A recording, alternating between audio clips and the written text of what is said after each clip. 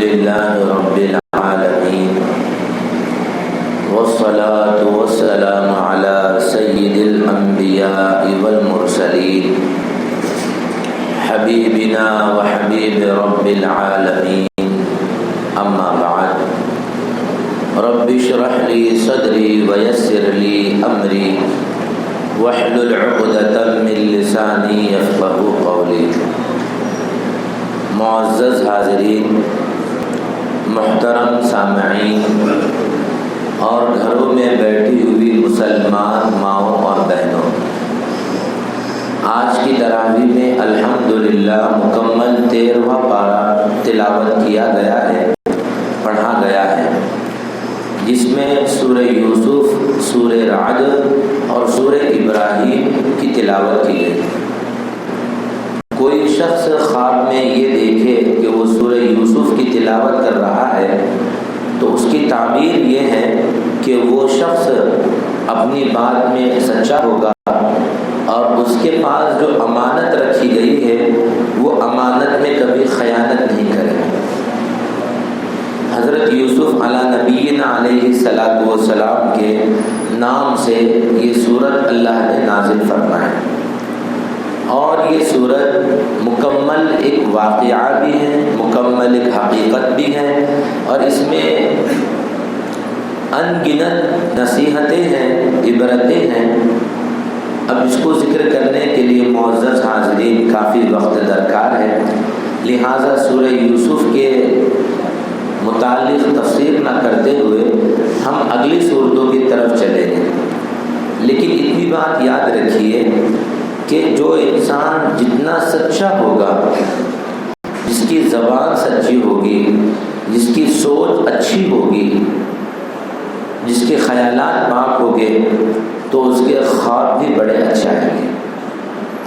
یہ بات تو پکی ہے، اس کی زبان سچی ہو، سوچ اچھی ہو، خیالات اچھے ہو، محنت بھی دینی اور دنیاوی اعتبار سے اچھی ہو، تو اسے اللہ تبارک و تعالیٰ بہت ساری ایسی بشارتیں بھی دیتے ہیں کہ ان بشارتوں کے ذریعے سے اللہ تبارک و تعالیٰ اسے دنیا کے اندر بھی کامیابی کا اور دنیا کے بعد والی جو زندگی ہے، یعنی آخرت والی زندگی، لائف آفٹر لائف، اس زندگی کے اندر بھی وہ انسان سرخرو ہوگا، کامیاب ہوگا۔ سوچ اچھی ہونی چاہیے۔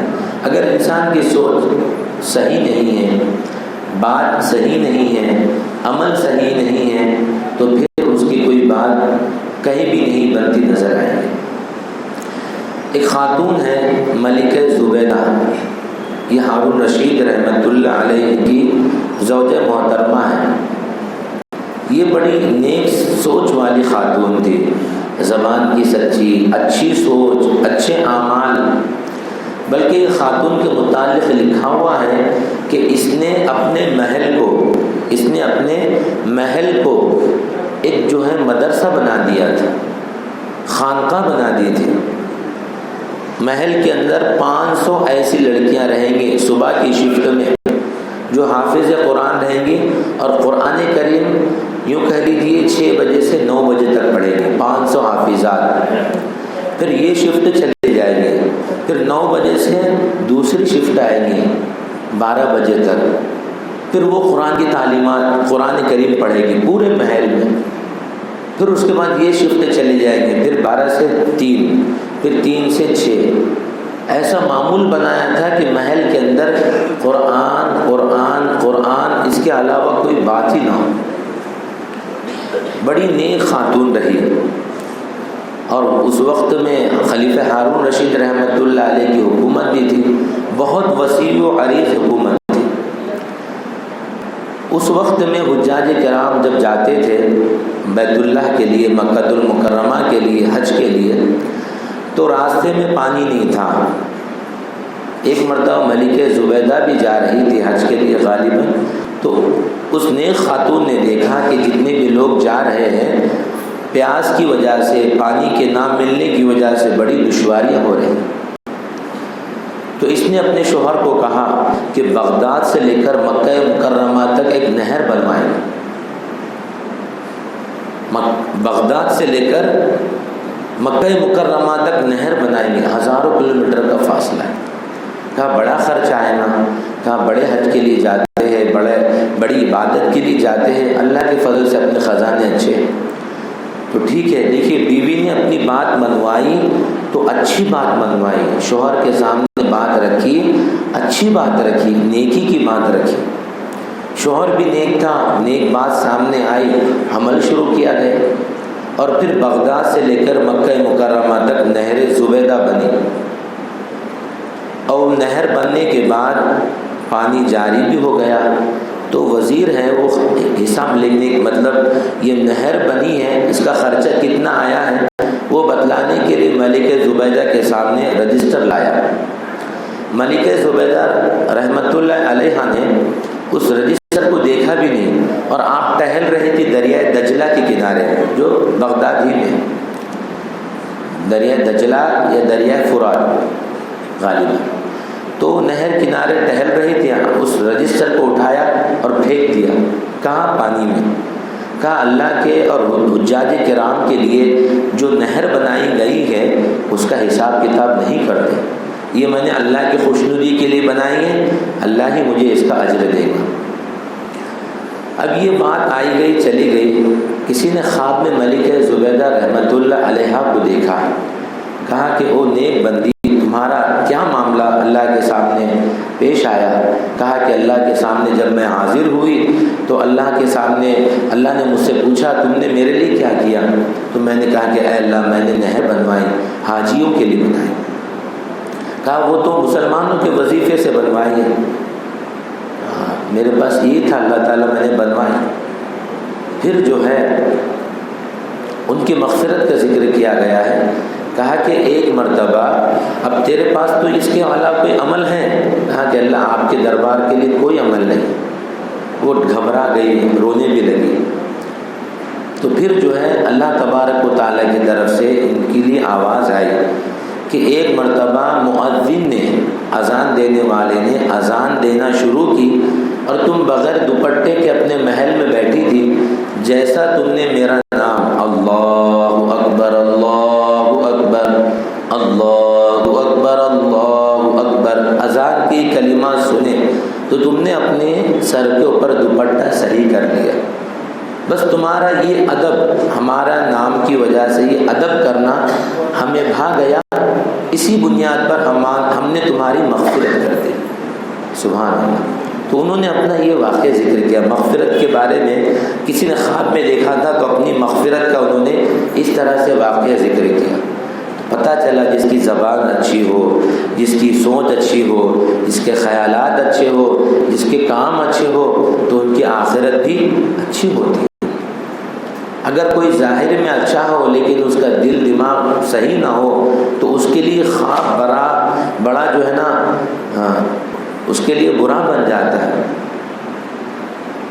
علامہ ابن سیرین علیہ الرحمہ کے پاس ایک آدمی آیا، بڑا جو ہے ظاہری طور پر اچھا لباس پہنا ہوا، اور آ کر کے خواب بیان کیا۔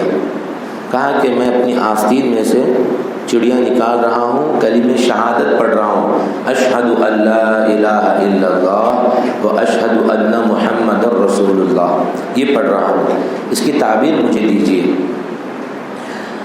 تو علامہ حضرت ابن سیرین علیہ الرحمہ نے اس کو باتوں میں الجھائے رکھا، ایک طرف گئے اپنے ایک شاگرد کو بھیج کر کے پولیس کو بلوایا، اور سپاہی آیا، کہا کہ اس آدمی کو آپ گرفتار کر لیں۔ کہا کہ میں نے تو آپ کے پاس میں ایک خواب بیان کیا اور آپ مجھے گرفتار کروا رہے ہیں۔ کہا کہ اس کے گھر پہ ہم سب چلتے ہیں۔ تو اس کا گھر پوچھتے پوچھتے اس کو پکڑ کے لے کر گئے، پورے گھر کا گھیراؤ کیا گیا، گھر میں داخل ہوئے، اس کے گھر کی چیکنگ تلاشی شروع ہو گئی۔ تو کہا کہ میں اکیلا رہتا ہوں، شہر کے کنارے پر رہتا ہوں، آپ نے ایک بیچارے مظلوم انسان کو گرفتار کروا دیا۔ کہا کہ ابھی بتاؤ تم کتنے بیچارے ہو؟ تو پھر تلاش کرنے کے بعد ایک کنواں ملا اندر، اور کنویں کو ہٹائے، کنویں کے اوپر سے جو کپڑا تھا وہ ہٹائے، تو ہٹاتے ہی پوری بدبو مکان میں پھیلنے لگی۔ پھر جو ہے جھانک کر دیکھے تو اندر انسانوں کی لاشیں پڑی ہوئی تھی۔ کہا کہا کہ یہ انسان شہر کے کنارے پر رہتا تھا، جو بھی مسافر آتا تو ان کو کہتا ہم میرے گھر میں رہو، میں تم کو کم خرچ میں اچھی سہولت دوں گا اور اچھا کھانا کھلاتا ہوں، اچھا خیال رکھتا ہوں۔ مسافر بھولے بھالے ہوتے اسے گھر میں قیام کرتے تو یہ رات میں ان کا گلا کاٹ کر کے اس کنویں میں پھینک دیتا اور ان کا ساز و سامان چھین لیتا۔ تو یہ خواب اس نے یہ دیکھا کہ میں اپنی آستین میں سے چڑیا نکال رہا ہوں، ذبح کر رہا ہوں اور کلمہ شہادت اشہد ان لا الہ الا اللہ پڑھ رہا ہوں۔ تو بعض مرتبہ دیکھیے ظاہری طور پر یہ اچھا تھا، مگر اس کی سوچ خراب تھی، دماغ خراب تھا، عمل خراب تھا، تو اب اس کا نتیجہ بھی خراب آیا۔ لہٰذا آدمی کو چاہیے کہ وہ ہر وقت اگر اچھے اعمال میں لگا رہے گا، اللہ تعالیٰ اس کے ساتھ میں بھلائی کا معاملہ فرمائے۔ سورہ یوسف چونکہ اس کی ہم نے آپ کے سامنے بات ذکر کی ہے کہ بڑی تفصیلات ہے، پھر کسی وقت اللہ نے چاہا تو یہ ذکر کی جائے گی۔ اب ہم آگے آتے ہیں سورہ رعد کی طرف۔ سورہ رعد، رعد کے معنی آتے ہیں بجلی کے۔ اگر کوئی انسان خواب میں یہ دیکھے کہ وہ سورہ رعد کی تلاوت کر رہا ہے تو اس کی تعبیر یہ ہے کہ یہ شخص ہمیشہ قرآن کی تلاوت میں مشغول رہے گا، یہ شخص ہمیشہ قرآن سے محبت کرنے والا ہوگا، اس کی تعبیر یہ ہے۔ اب حضور پاک علیہ الصلاۃ والسلام کے پاس میں یہودی آئے اور آنے کے بعد انہوں نے سوال کیا کہ یہ جو بجلی ہوتی ہے یہ آخر کیا چیز ہوتی ہے؟ آپ آخری نبی ہے، ذکر کیجیے۔ تو حضور پاک علیہ الصلاۃ والسلام نے فرمایا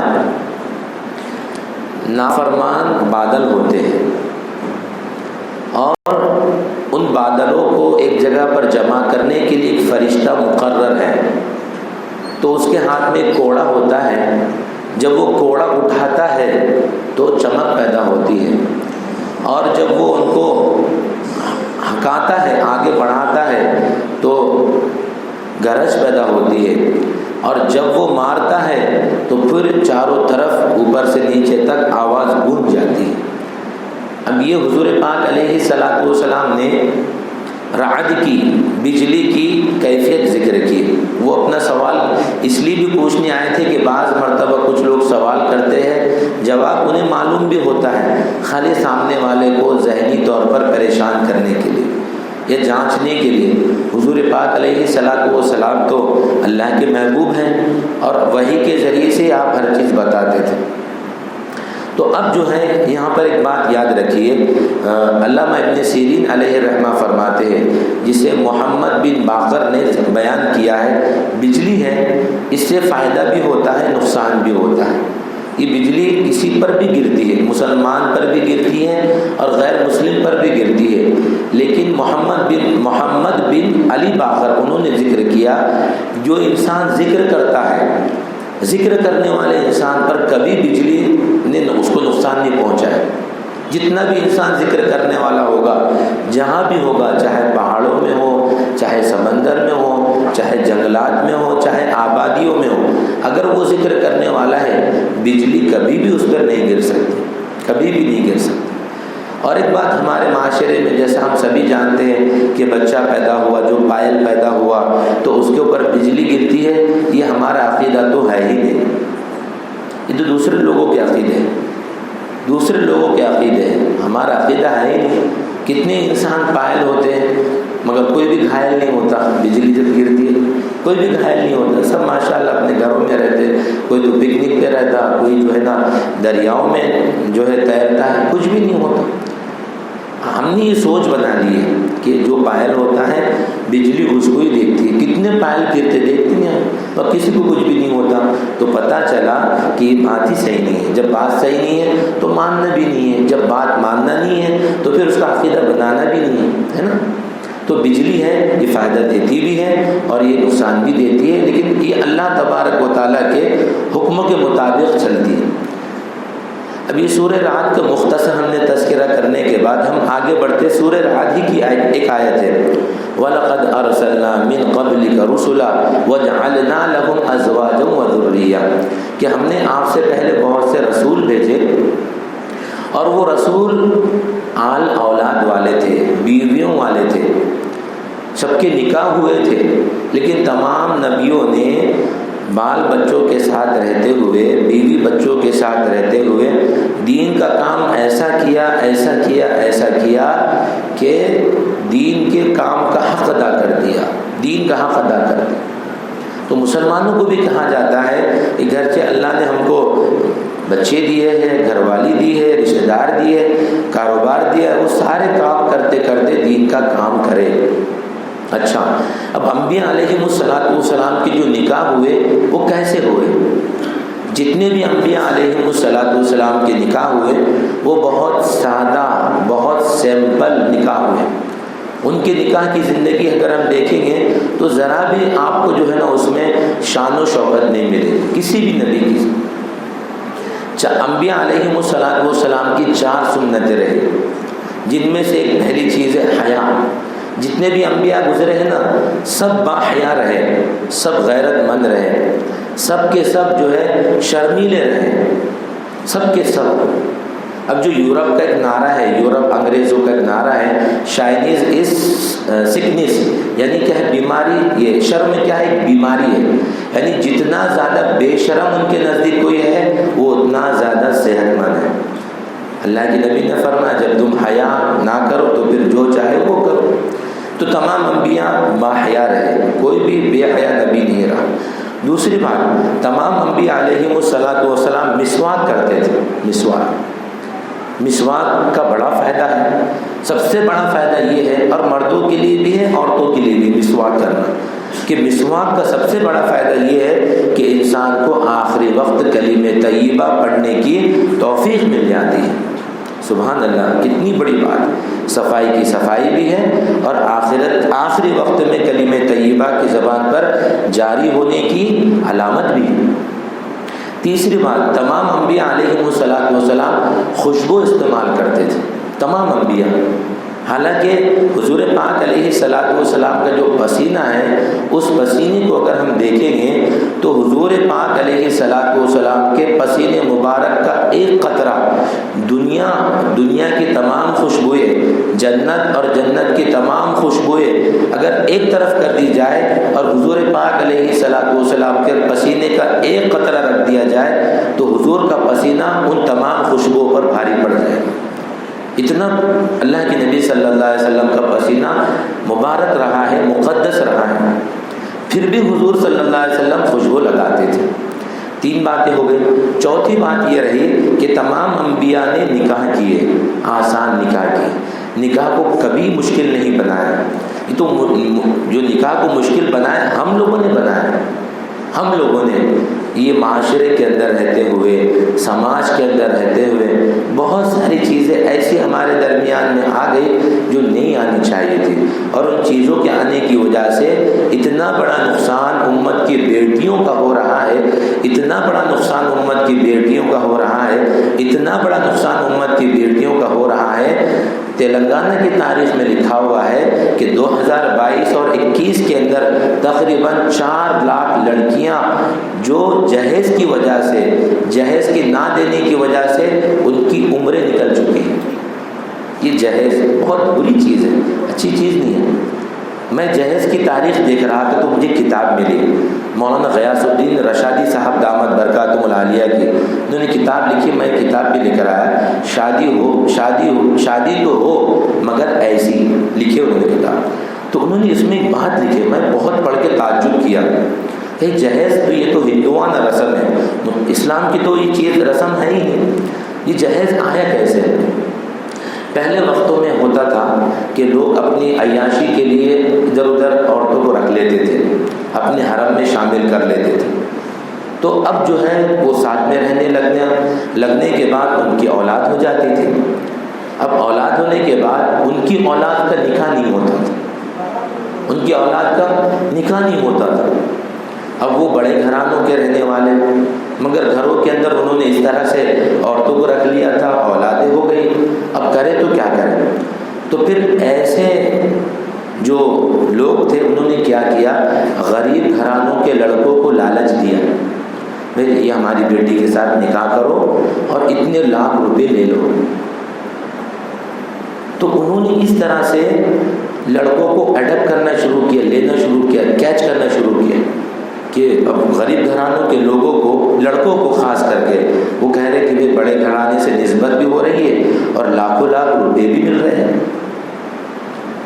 تو اس طرح سے وہ گھرانوں نے لڑکوں کو لے کر کے اپنی بچیوں کے نکاح کیے، اور مطلب جو جوڑے کی رقم ہے اور اس طرح سے گھوڑے کی رقم ہے، جہیز ہے، اس طرح سے انہوں نے کرتے کرتے جب معاشرے میں یہ چیز پھیلی تو جو دولت مند لوگ رہتے ہیں ان کے درمیان میں بات آئی، ارے یہ تو بڑی عجیب بات ہے، ایک تو جو ہے لڑکی بھی مل رہی ہے اور لاکھوں لاکھ روپے بھی مل رہے ہیں، جبکہ کمانے کے لیے تو یہ کرنا پڑ رہا ہے، وہ کرنا پڑ رہا ہے۔ تو یہ چیز ہمارے مسلمانوں کے درمیان میں ان لوگوں کے ساتھ میں رہنے کی وجہ سے ہے، ورنہ اسلام کے اندر تو یہ چیز ہے ہی نہیں، بالکل بھی نہیں جہیز۔ تو جہیز کی یہ دیکھیے اصل یہ جو جہیز کو حرام قرار دیا گیا ہے، اس کی ایک وجہ ہے، حضور صلی اللہ علیہ وسلم نے فرمایا نکاح تم آسان کرو، نکاح کرو تو اس کا اعلان بھی کرو، نکاح کرو تو مسجد میں کرو، کیونکہ مسجد میں نکاح کرنے سے ہوتا یہ ہے میاں بیوی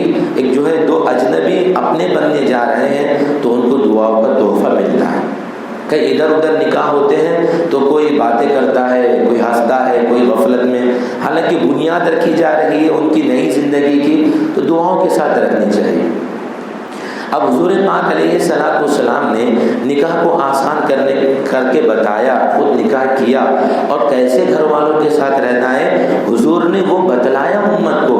نکاح کرنا آسان ہے لیکن اس کو صحیح چلانا، صحیح رکھنا، یہ کیا ہے، یہ اہم چیز ہے۔ کہتے ہیں نا حافظ قرآن بننا آسان ہے مگر اس کو باقی رکھنا یہ اہم ہے۔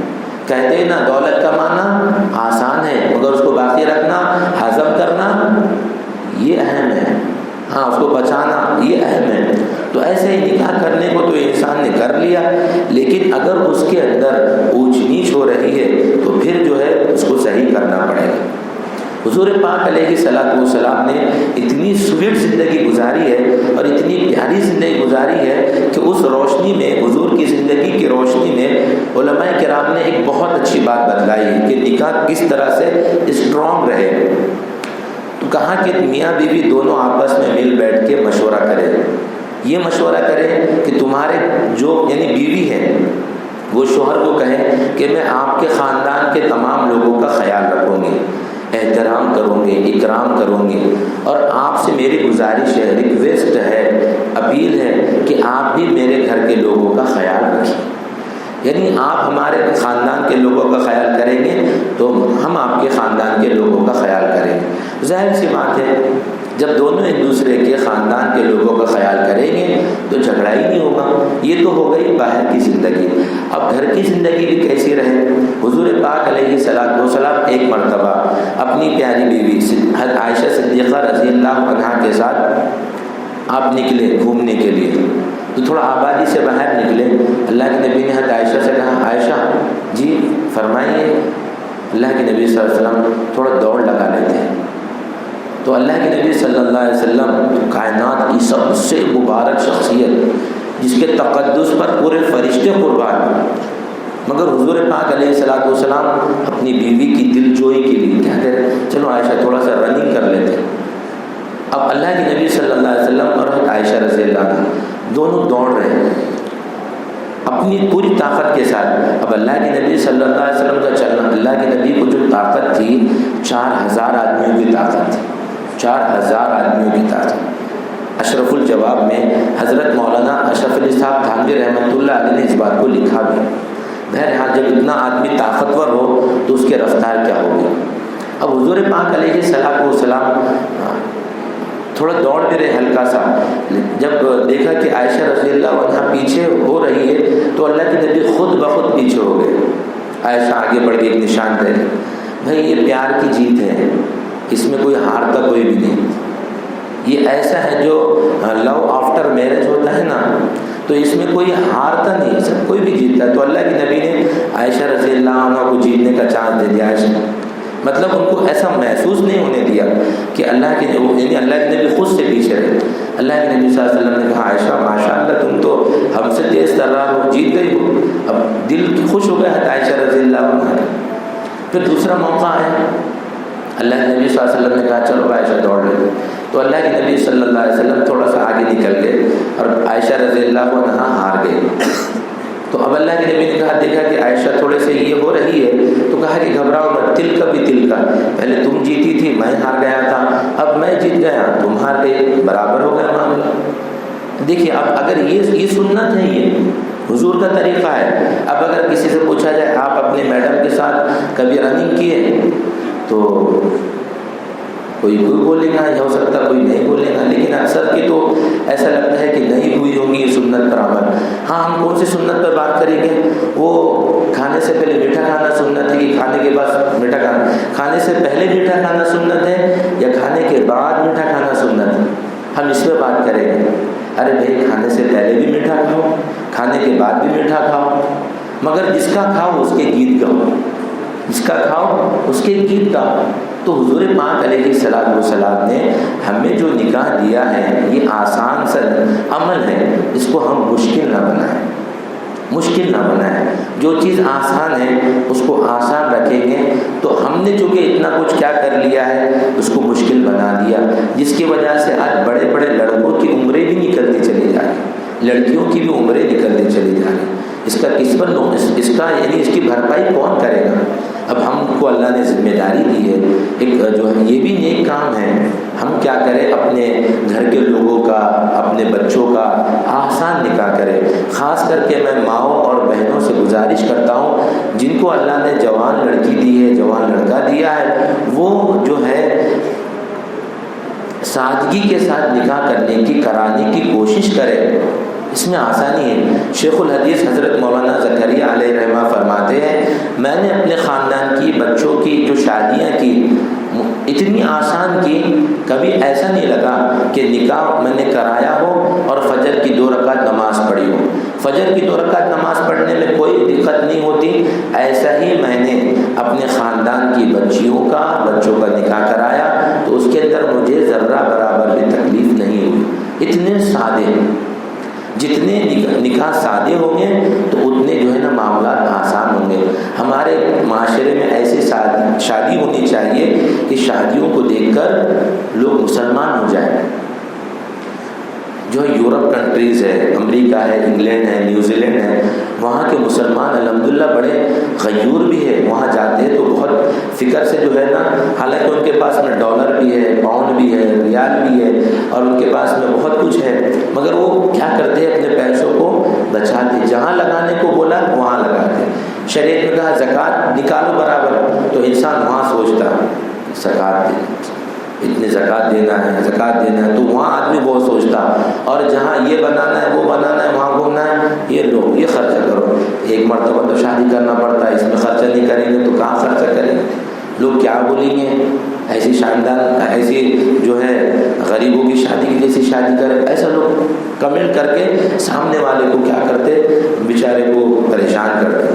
تو اللہ تعالیٰ، اللہ کے نبی نے فرمایا کہ خرچہ کرو، تم زکوٰۃ نکالو، صدقہ نکالو، خیرات کرو، بیواؤں پر تم جو ہے نا تقسیم کرو، غریبوں کی فکر کرو، اور جہاں لگانے کا ہے تو وہاں لگانے کا، اور جہاں نہیں بولے نکاح پر کم سے کم خرچہ ہوگا تو اللہ کے نبی کی دعا ہے اس کو، اللہ کے نبی کی دعا ہے کہ جو انسان جتنا سادہ نکاح کرے گا، میں دعا دیتا ہوں اللہ تعالیٰ نے کہا ہے کہ اس کے نکاح میں برکت ہوگی، خاندان میں برکت ہوگی، گھر میں برکت ہوگی، اور پھر اللہ تعالیٰ ان کی اولاد میں برکت عطا فرمائے۔ ہاں تو اس کے لیے برکت کے لیے ہم سب تیار ہیں انشاءاللہ۔ اللہ تعالیٰ ہمیں ہماری زندگی میں بھی برکت عطا فرمائے، ہمارے کاروبار میں بھی برکت عطا فرمائے، ہم تمام کو اللہ مبارک بنائے۔ وصلی اللہ علی النبی الکریم، الحمد للہ رب العالمین، آمین۔